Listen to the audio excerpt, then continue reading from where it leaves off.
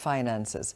A former Office for Budget Responsibility chief, Sir Charlie Bean, said today that higher inflation and tax revenues had given Rishi Sunak as much as $50 billion to play with in tomorrow's spring statement.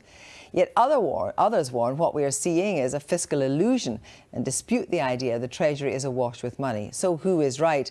And how much scope to help households through this cost of living crisis does the Chancellor really have? Our Economics Editor, Chu reports. Last year, we were getting warnings that inflation was Rishi Sunak's nightmare. The story was of spiking prices, forcing interest rate rises from the Bank of England, higher government debt interest payments, basically a terrifying fiscal unravelling. Yet strangely, as prices have risen sharply, the public finances seem to have improved rather than deteriorated. Last October, when the Office for Budget Responsibility expected the inflation rate to peak at 4.4% this year, here's what it expected to happen to public borrowing. But inflation is now heading north of 8%, yet here's what's actually happened to public borrowing. It's tracking some £26 billion lower than expected in October. Well, what's basically been happening is that the increase in inflation has pushed up cash incomes more than anticipated. So households and businesses are paying more tax than they would otherwise have done. But also higher prices tend to be good for tax revenues as well. When petrol prices rise, the government gets a boost from that as well. And so far, that increase in tax revenues is more than offsetting higher debt interest payments. So does this mean that inflation could actually be good for the public finances and the officials here in the Treasury? Could the spiking prices we've been experiencing actually give the Chancellor more fiscal room for manoeuvre? Well, experts say we should be cautious about drawing that lesson. Is higher inflation actually good for the public finances? Economic forecasts are going to be bleaker than they were back in October. So much has happened since then, and it's all been bad news.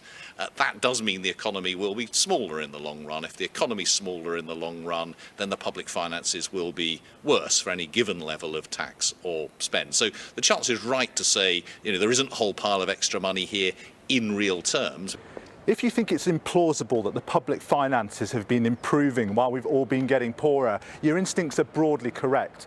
Strong public finances are ultimately built on a strong economy, and the situation here has been deteriorating, not improving.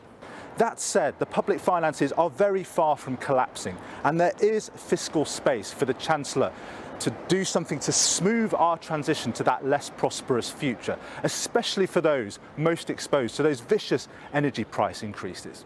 Does the Chancellor have fiscal space to help struggling households? There's clearly space to provide help for households right now. The Chancellor spent £9 billion just in February, some of that alone, some of it permanent. He can help us over the next year or two.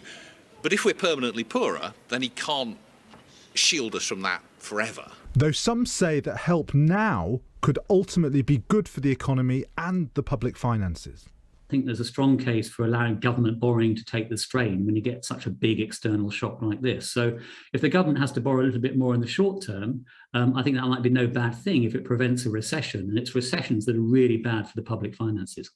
Certainly, if a very large number of people are suffering a huge squeeze on their real incomes and lots of businesses are going under as a result, then that's very bad for the public finances in the longer term.